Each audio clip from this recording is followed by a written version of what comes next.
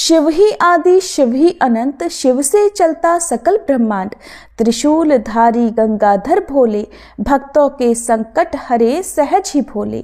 आप सभी को महाशिवरात्रि की बहुत बहुत शुभकामनाएं।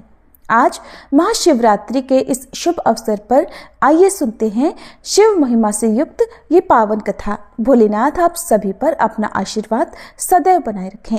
कथा शुरू करने से पहले हम सब मिलकर भगवान शिव की स्तुति करें। स्कंद जी बोले, जो सब प्रकार के रोग शोक से रहित हैं, उन कल्याण स्वरूप भगवान शिव को नमस्कार है। जो सबके भीतर मन रूप से निवास करते हैं, उन भगवान शिव को नमस्कार है। संपूर्ण देवताओं से पूजित भगवान शंकर को नमस्कार है। भक्त जनों पर निरंतर कृपा करने वाले आप भगवान महेश्वर को नमस्कार है। सबकी उत्पत्ति के कारण भगवान भव को नमस्कार है। भगवान आप भव के उद्धव अर्थात संसार के सृष्टा हैं, आपको नमस्कार है। कामदेव का विध्वंस करने वाले आपको नमस्कार है। आप गूढ़ भाव से महान व्रत का पालन करने वाले हैं, आपको नमस्कार है। आप माया रूपी गहन वन के आश्रय हैं अथवा सबको आश्रय देने वाला आपका स्वरूप योग माया समावृत होने के कारण दुर्बोध है, आपको नमस्कार है। प्रलय काल में जगत का संहार करने वाले सर्व नामधारी आपको नमस्कार है। शिव रूप आपको नमस्कार है। आप पुरातन सिद्ध रूप हैं, आपको नमस्कार है। काल रूप आपको नमस्कार है। आप सबकी कलना अर्थात गणना करने वाले होने के कारण काल नाम से प्रसिद्ध हैं, आपको नमस्कार है। आप काल की कला का अतिक्रमण करके उससे बहुत दूर रहते हैं, आपको नमस्कार है। आप स्वाभाविक ऐश्वर्य से संपन्न हैं, आपको नमस्कार है। आप अप्रमेय महिमा वाले वृषभ तथा महासमृद्धि से संपन्न हैं, आपको नमस्कार है। आप सबको शरण देने वाले हैं, आपको नमस्कार है। आप ही निर्गुण ब्रह्म हैं, आपको नमस्कार है। आपके अनुगामी सेवक भयानक गुण संपन्न हैं, आपको नमस्कार है। नाना भुवनों पर अधिकार रखने वाले आपको नमस्कार है। भक्तों को मनोवांछित फल प्रदान करने वाले आपको नमस्कार है। भगवान आप ही कर्मों का फल देने वाले हैं, आपको नमस्कार है। आप ही सबका धारण पोषण करने वाले धाता तथा उत्तम कर्ता हैं, आपको सर्वदा नमस्कार है। प्रभु आपके अनंत रूप हैं, आपका कोप सबके लिए असह्य है, आपको सदैव नमस्कार है। आपके स्वरूप का कोई माप नहीं हो सकता, आपको नमस्कार है। वृषभेंद्र को अपना वाहन बनाने वाले आप भगवान महेश्वर को नमस्कार है। आप सुप्रसिद्ध महाऔषध रूप हैं, आपको नमस्कार है। समस्त व्याधियों का विनाश करने वाले आपको नमस्कार है। आप चराचर स्वरूप सबको विचार तत्व निर्णायत्मिकता शक्ति देने वाले कुमार नाथ के नाम से प्रसिद्ध तथा परम कल्याण स्वरूप हैं, आपको नमस्कार है। प्रभु आप मेरे स्वामी हैं, संपूर्ण भूतों के ईश्वर और महेश्वर हैं। आप ही समस्त भोगों के अधिपति हैं। वाणी बल और बुद्धि के अधिपति भी आप ही हैं। आप ही क्रोध और मोह पर शासन करने वाले हैं। पर और अपर अर्थात कारण और कार्य के स्वामी भी आप ही हैं। सबकी हृदय गुहा में निवास करने वाले परमेश्वर तथा मुक्ति के अधीश्वर भी आप ही हैं, आपको नमस्कार है। भगवान स्कंद के द्वारा इस प्रकार स्तुति किए जाने पर भगवान शिव ने कहा कि जो लोग सायंकाल और प्रातःकाल पूर्ण भक्ति पूर्वक तुम्हारे द्वारा की हुई इस स्तुति से मेरा स्तवन करेंगे, उनको जो फल प्राप्त होगा उसका वर्णन करता हूँ, सुनो। उन्हें कोई रोग नहीं होगा, दरिद्रता भी नहीं होगी तथा प्रियजनों से कभी वियोग भी नहीं होगा, और वे इस संसार में दुर्लभ भोगों का उपभोग करके मेरे परम धाम को प्राप्त करेंगे। इस प्रकार श्री स्कंद महापुराण के कुमारिका खंड में शिव स्तुति संपूर्ण हुई। अब सुनिए महाशिवरात्रि व्रत की संपूर्ण कथा। पौराणिक कथा के अनुसार एक बार चित्रभानु नामक एक शिकारी था। पशुओं की हत्या करके वह अपने परिवार को पालता था। एक बार वह एक साहूकार का ऋणी बन गया, लेकिन ऋण समय पर ना चुका सकने पर क्रोधित साहूकार ने उसको शिव मठ में बंदी बना लिया। जिस दिन बंदी बनाया, संयोग से उस दिन शिवरात्रि थी। बंदी रहते हुए वह शिकारी मठ में शिव संबंधी धार्मिक बातें सुनता रहा। वहीं पर उसने शिवरात्रि व्रत की कथा भी सुनी। संध्या होने पर साहूकार ने उसे बुलाया और ऋण चुकाने के लिए पूछा। तब शिकारी ने अगले दिन सारा ऋण चुका देने का वचन दिया। साहूकार ने उसकी बात मान ली और उसे छोड़ दिया। शिकारी जंगल में शिकार करने के लिए निकला, लेकिन दिन भर बंदी गृह में रहने के कारण वह भूख और प्यास से अति व्याकुल था। सूर्यास्त होने पर वह एक जलाशय के पास गया और वहीं घाट के किनारे एक पेड़ पर थोड़ा सा जल पीने के लिए लेकर चढ़ गया, क्योंकि उसे पूरा विश्वास था, उम्मीद थी कि कोई ना कोई जानवर अपनी प्यास बुझाने के लिए यहाँ जरूर आएगा।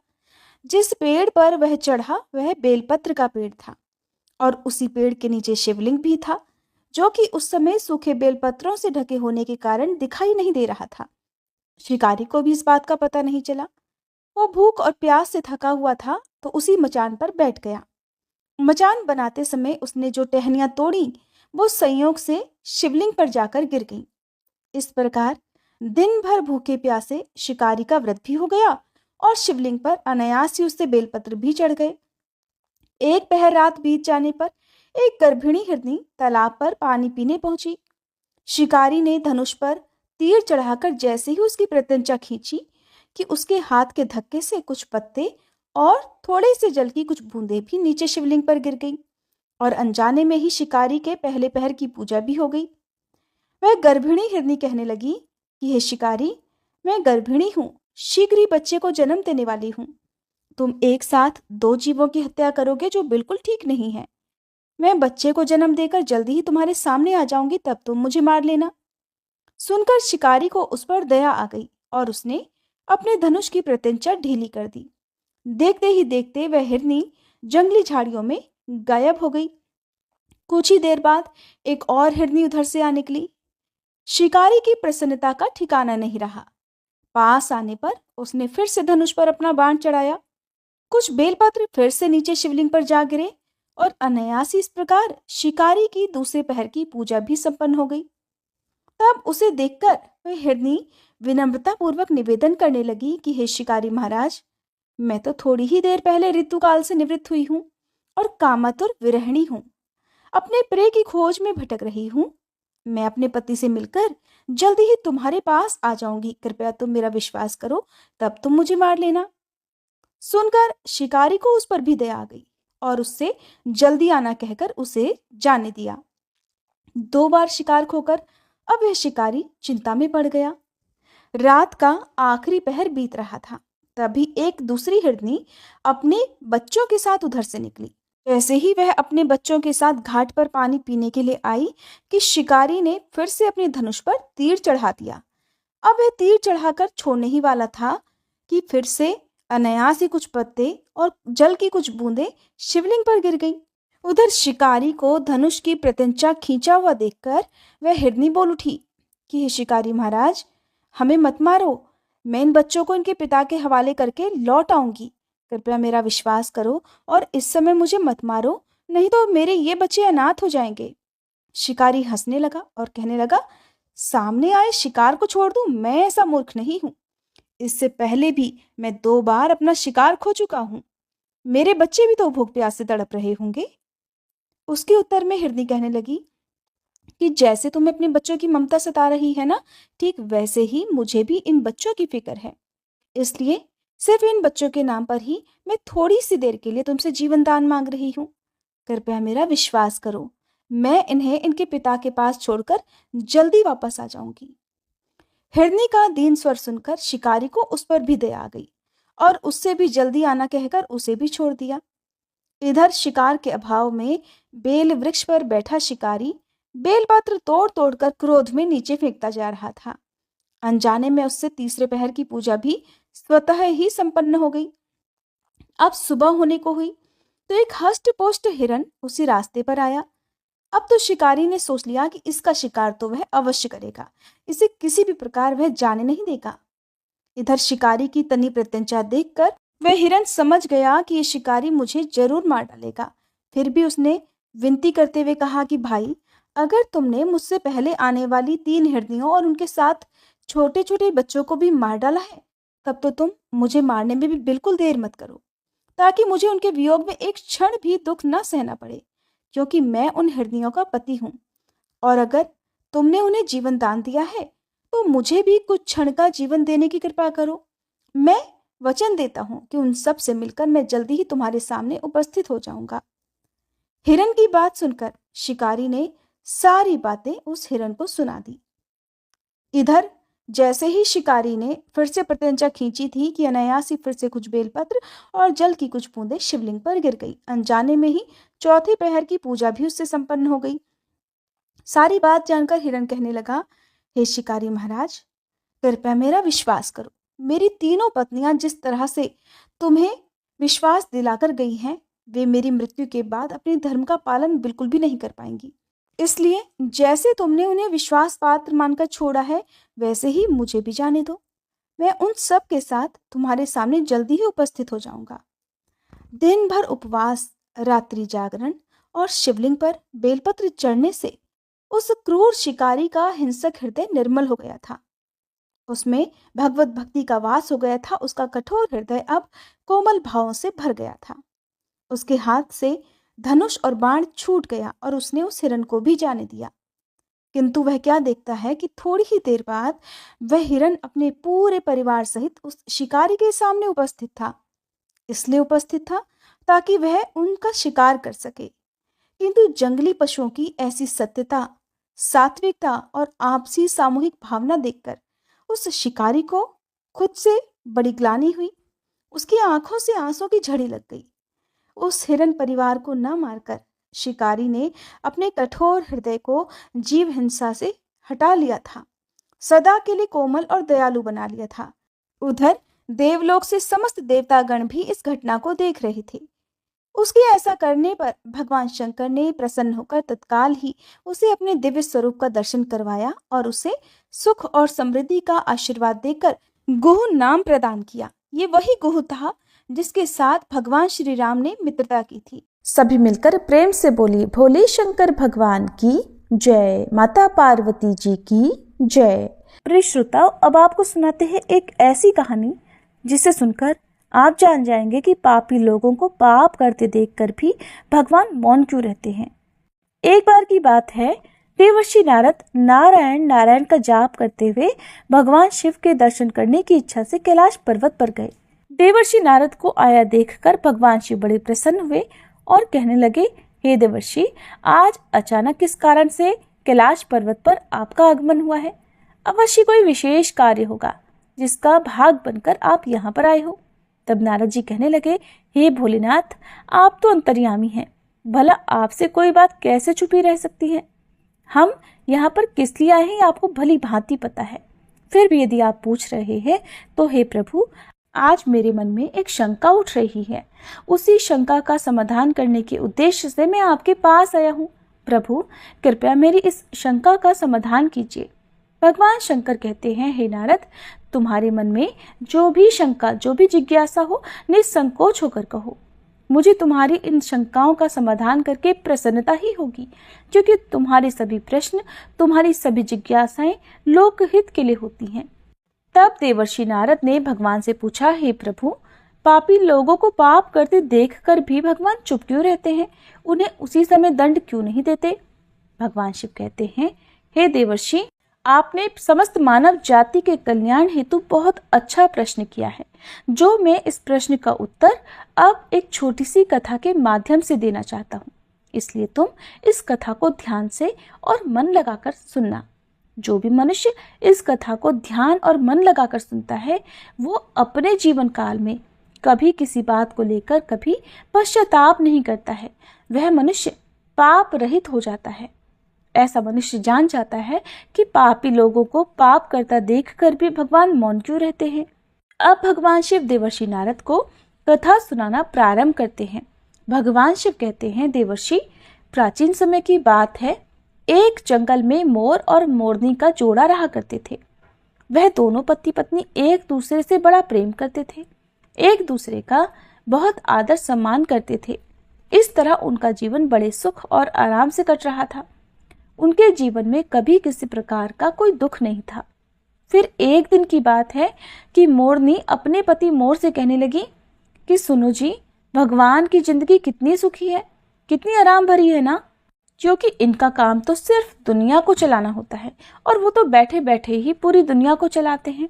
उन्हें तो कोई मेहनत का काम नहीं करना पड़ता है और उन्हें उनके भक्त अच्छे अच्छे भोग भी लगाते हैं, अच्छे अच्छे उन्हें पकवान भी खाने को मिल जाते हैं, उन्हें खुद से पकवान भी नहीं बनाने पड़ते।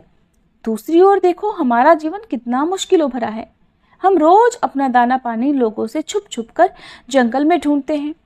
प्रिय श्रोताओं, मोरनी की बात सुनकर मोर कहने लगा, प्रिय ऐसा नहीं है, भगवान का काम बहुत कठिन है। भगवान को ये पूरी सृष्टि चलाने के लिए कड़ी मेहनत करनी पड़ती है, कण कण का ध्यान रखना पड़ता है। मैं तुम्हें एक कथा के माध्यम से समझाता हूँ, तब तुम्हें मेरी बात भी समझ में आ जाएगी।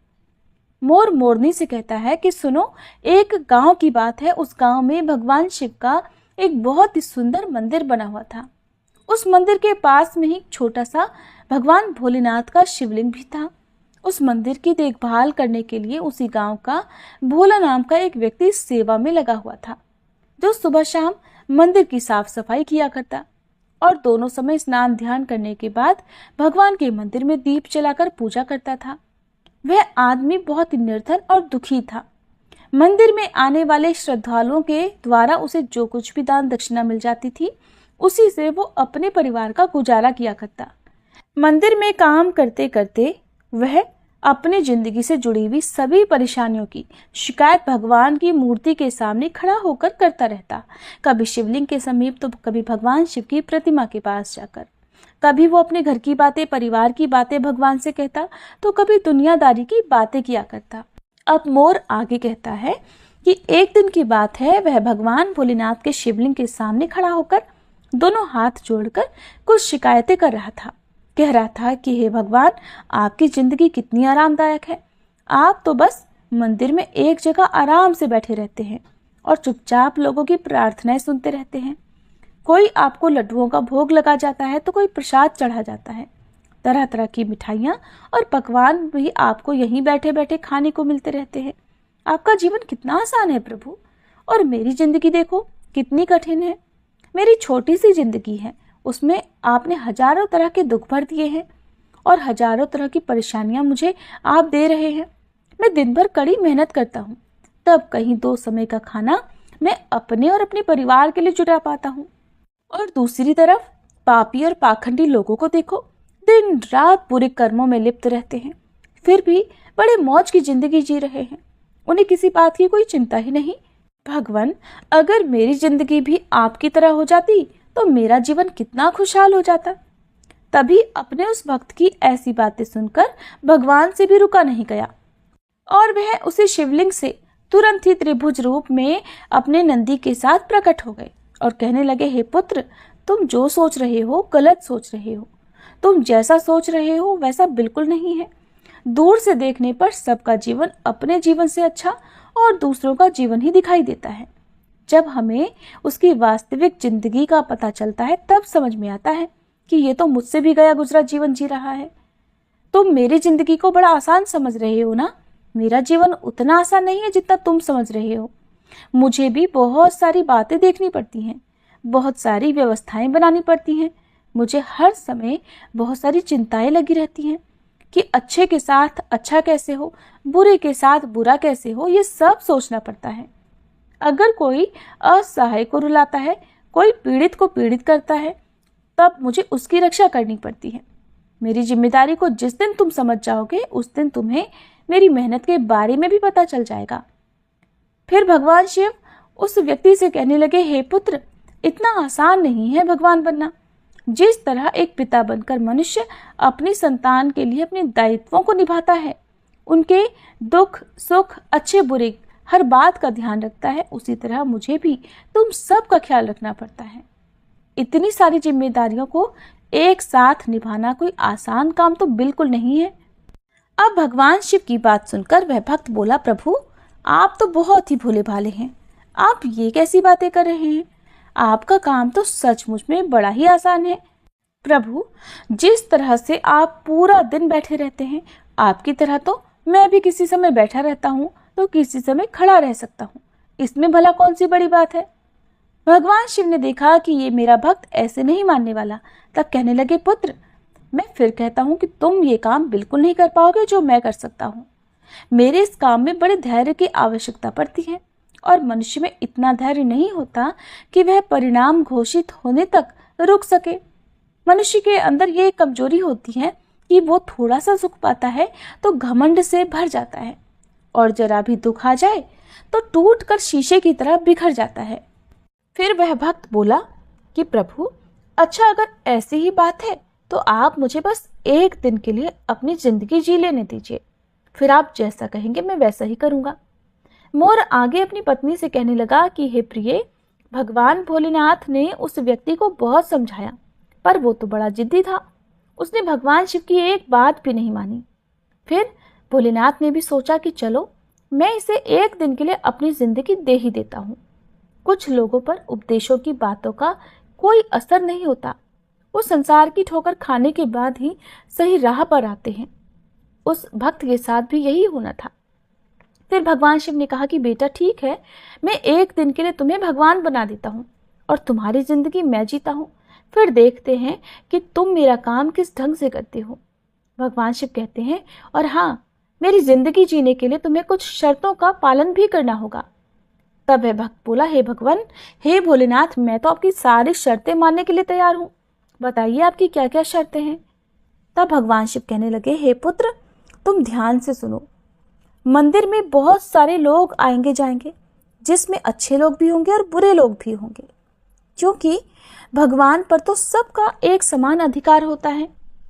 अगर किसी पिता का एक बेटा नालायक निकले तो क्या वो पिता उसे अपना बेटा नहीं मानेगा?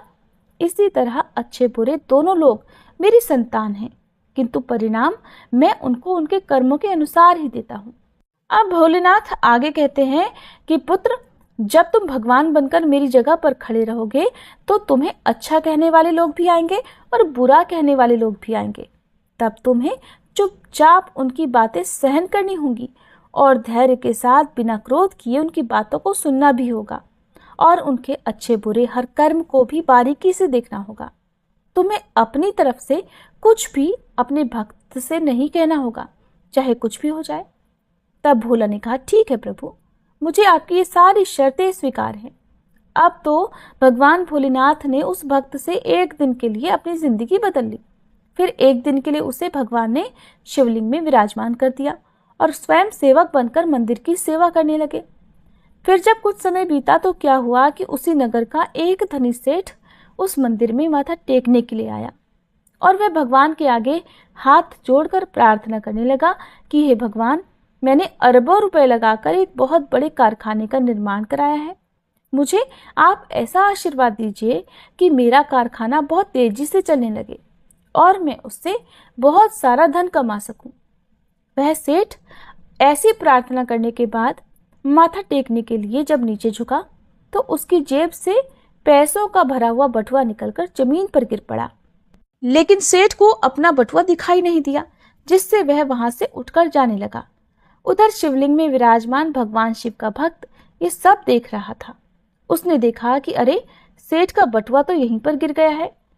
एक बार तो उसके मन में आया कि क्यों ना वह सेठ को आवाज लगाकर उसे कह दे कि तुम्हारा बटुआ यहीं पर गिर गया है। अगले ही क्षण उसे भगवान शिव की शर्त याद आ गई, इसलिए वह कुछ भी बिना बोले वहीं पर विराजमान रहा। भोलेनाथ ने कहा कि चाहे अच्छा हो या बुरा हो, तुम्हें बिल्कुल नहीं बोलना है। यही सोचकर भगवान बना हुआ वह भक्त चुप रहा। तभी उस मंदिर में एक बहुत ही गरीब आदमी आया और वह भगवान भोलेनाथ के शिवलिंग के समीप खड़ा होकर कहने लगा, हे भगवान, मैं बहुत गरीब आदमी हूँ। इस गरीबी में बड़े दुख और कष्ट का जीवन जी रहा हूँ। अब तो परिवार का पेट पालना भी मुश्किल हो रहा है। घर पर बीमार माँ है, उसका इलाज कराने के लिए मेरे पास पैसे तक नहीं है। मैं कहाँ से व्यवस्था करूँ प्रभु, कुछ समझ नहीं आ रहा। आगे मेरा जीवन कैसे चलेगा? हे प्रभु, आज तो मेरे पास मात्र 10 रुपए हैं। इनसे ना तो एक समय का राशन आ पाएगा और ना ही मेरी माँ की दवाई। कुछ कृपा कर दो भोलेनाथ, ताकि मेरी जरूरतें पूरी हो जाएं। ऐसा कहकर बड़े दुखी मन से वह आदमी जब मंदिर से बाहर जाने लगा, तभी उसकी नजर पैसों से भरे एक बटुए पर पड़ी। उसने वह बटुआ तुरंत उठा लिया और उसमें बहुत सारे पैसे देखकर वह मन ही मन खुश होने लगा। और भगवान को धन्यवाद देने लगा कि हे भोलेनाथ, आप तो वास्तव में बड़े महान हो। आपने मेरी प्रार्थना इतनी जल्दी सुन ली। अब इन पैसों से मैं अपने परिवार के लिए राशन की व्यवस्था करूंगा और अपनी बीमार माँ का इलाज भी कराऊंगा। फिर उधर भगवान बनकर शिवलिंग में विराजमान भक्त सोचने लगा, अरे ये बटुआ तो उस अमीर सेठ का है और ये गरीब आदमी इसे उठाकर ले जा रहा है। एक बार तो उसके मन में आया कि आवाज देकर इसे बता दूं कि ये बटुआ उसका नहीं बल्कि एक सेठ का है जो वो लेकर जा रहा है। लेकिन तुरंत ही उसे भगवान भोलेनाथ की शर्त याद आ गई, इसलिए वह चुपचाप रहा। अब गरीब आदमी के जाने के बाद मंदिर में एक व्यक्ति और आया। वह तीसरा व्यक्ति एक सैनिक था जो अगले ही दिन अपने राजा के साथ युद्ध करने के लिए जा रहा था। वह मंदिर में भगवान से प्रार्थना करने आया था कि हे भोलेनाथ, उसकी यात्रा सुरक्षित रहे और वह युद्ध के बाद सकुशल अपने घर अपने परिवारजनों के बीच लौट जाए। वह सैनिक प्रार्थना कर ही रहा था कि इतने में ही वही व्यापारी अपने कुछ लोगों के साथ मंदिर में आया, जिसका पैसे से भरा हुआ बटुआ मंदिर में गिर गया था। जब सेठ ने उस सैनिक को वहां देखा तो उसने सोचा कि जरूर इसी ने मेरा बटुआ उठाया होगा। तब सेठ के कहने पर सेठ के लोगों ने उस सैनिक को पकड़ लिया और उसे पकड़कर ले जाने लगे। ये बात भगवान शंकर बने हुए उस भक्त को बिल्कुल भी सही नहीं लगी, क्योंकि वो सैनिक तो बिल्कुल निर्दोष था। बटुआ तो वह गरीब आदमी लेकर चला गया था। तब भगवान बने हुए भक्त को अपने सामने होता हुआ ये अन्याय का काम बिल्कुल पसंद नहीं आया और वह कहने लगा, हे सेठ, तेरा बटुआ इसने नहीं चुराया है। तेरा बटुआ तो इसने पहले मंदिर में एक गरीब आदमी आया था उसने उठाया है। अब सेठ और उसके आदमी भला भगवान की बात क्यों ना मानते। उन्होंने तुरंत सैनिक को छोड़ दिया और उस गरीब आदमी को पकड़ लाए। उससे सेठ का बटुआ भी छीन लिया। तब वह बेचारा बड़ा निराश हुआ। उधर जब एक दिन का समय पूरा हुआ तो भगवान भोलेनाथ मंदिर में आए और उधर भगवान बने हुए उस भक्त ने पूरे दिन का घटनाक्रम भगवान भोलेनाथ को सुनाया और बड़े गर्व से कहा, हे प्रभु, आज मैंने एक सैनिक के साथ हो रहे अन्याय को होने से रोक लिया। आपने देखा, एक दिन भगवान बनकर मैंने कितना महत्वपूर्ण काम किया है। तब भगवान शिव अपने भक्त की बातें सुनकर कहने लगे, पुत्र, तुमने ये न्याय नहीं अन्याय किया है। तुमने उस गरीब आदमी को पकड़वाकर उसके परिवार के मुंह से भोजन का निवाला छीना है, उसकी बीमार माँ का इलाज होने से रोका है। ये तुमने बहुत बड़ा अन्याय किया है। वो सेठ बड़ा अधर्मी था। उसने पाप करके करोड़ों रुपए की यह दौलत जोड़ी है। गरीबों का पेट काटकर उनके साथ धोखा करके उसने उन पैसों को इकट्ठा किया है। अगर उसका बटुआ छूट गया था तो क्या हुआ, कम से कम किसी गरीब का तो उन रुपयों से कुछ भला हो जाता और उस सेठ के कुछ पाप भी कम हो जाते। तुमने उस सैनिक को बचाकर भी बहुत बड़ा अन्याय ही किया है। तुम्हें लगता है कि तुमने न्याय किया है। वह सैनिक अपने राजा के साथ युद्ध में जाकर एक कमजोर देश का राज्य हड़पने वाला था। जानते हो उस युद्ध में कितने निर्दोष सैनिक मारे जाएंगे। तुमने उसे बचाकर बहुत बड़ा अन्याय किया है। भक्त को भोलेनाथ की इस बात को सुनकर बड़ा पश्चाताप हुआ। तब वह कहने लगा, हे प्रभु, हे भोलेनाथ, मैं तो वही देख पा रहा था जो मेरी आंखों के सामने हो रहा था। उसके पीछे की सच्चाई कुछ और ही होगी, ये मैं नहीं देख पा रहा था। तब भक्त आगे कहने लगा, हे भोलेनाथ, दुनिया को तो सिर्फ आप ही चला सकते हैं, क्योंकि आप जीवन के हर पहलू को अच्छी तरह से देख सकते हैं, विचार कर सकते हैं, क्योंकि आप जो करते हैं वो अच्छा ही करते हैं। गलत तो हम हैं जो जीवन की वास्तविकता को नहीं समझ पाते और उससे पहले ही आप पर दोष लगा देते हैं। जब हमारे साथ कुछ गलत हो रहा होता है या फिर हमारे मन के अनुसार कुछ नहीं होता है तो उस समय हम अपना धैर्य खोकर भगवान को ही दोषी मानने लगते हैं। हम ये नहीं समझ पाते कि हमारे साथ हो रहे गलत काम में भी भगवान की कोई ना कोई योजना छुपी हुई होती है जो आगे चलकर हमारे लिए ही हितकारी हो सकती है। फिर वह भक्त भोलेनाथ से कहने लगा, हे भोलेनाथ, मनुष्य की समझदारी इसी में है कि हमें गंभीरता से काम के आगे और पीछे के परिणाम को अच्छे से सोच लेना चाहिए। अगर आपके साथ आपकी मर्जी के अनुसार कुछ भी नहीं हो रहा तो उसे भगवान की मर्जी समझनी चाहिए और आगे भगवान जो करते हैं वो अच्छा ही करते हैं। ऐसा सोचकर सिर्फ और सिर्फ अपने कर्तव्य पर ही ध्यान देना चाहिए। उसके बाद भगवान शिव ने उस भक्त से कहा, हे पुत्र, क्या अब तुम्हें पता चल गया कि भगवान बनना इतना आसान नहीं है? फिर वह भक्त कहने लगा, भोलेनाथ, आप जितने भोले भाले हैं उतनी ही सरलता से लोगों के दुख को भी दूर कर देते हैं और उन्हें ज्ञान भी दे देते हैं। हे प्रभु, अब मैं समझ गया हूँ कि कुछ भी बनना आसान है, लेकिन भगवान बनना बिल्कुल भी आसान नहीं है। उसके बाद भगवान भोलेनाथ उस भक्त को तथास्तु कहकर वहां से सीधा कैलाश पर्वत पर पुनः पहुंच गए। अब भगवान शिव देवर्षि नारद से कहते हैं कि वह मोर अपनी पत्नी से कहने लगा, हे प्रिय, अब बात करते हैं उन 2 कारणों की जिनकी वजह से भगवान पाप होते हुए देखकर भी मौन रहते हैं। पहला कारण तो ये कि भगवान तब तक आपकी मदद नहीं करेंगे जब तक आप दुनिया वालों पर निर्भर रहेंगे। जिस दिन आप खुद पर और भगवान पर पूरी तरह निर्भर हो जाएंगे, उस दिन वह आपकी सहायता के लिए अवश्य आएंगे। दूसरा कारण है कि भगवान मनुष्य के कर्म भी देख कर चलते हैं कि किस किस को कहाँ पर किस किस कर्म का दंड मिलना चाहिए और किस किस कर्म का फल मिलना चाहिए। भगवान हमेशा आपके अगले और पिछले सभी कर्मों को देखकर ही हिसाब करते हैं। अगर आप भगवान के प्रति समर्पित हो गए तो भगवान कभी भी आपके साथ कुछ भी बुरा नहीं होने देंगे। तब देवर्षि नारद इस कथा को सुनकर बहुत प्रसन्न हुए और कहने लगे, हे प्रभु, आप ही संसार में आदि और अनंत हैं। आज आपने इस कथा को सुनाकर निश्चित ही मेरी शंका का समाधान कर दिया है। प्रभु, आपको बारंबार प्रणाम है। ऐसा कहकर नारायण नारायण कहते हुए देवर्षि नारद वहां से चले गए। ये थी आज की कथा। आपको कैसी लगी कमेंट बॉक्स में जरूर बताइएगा।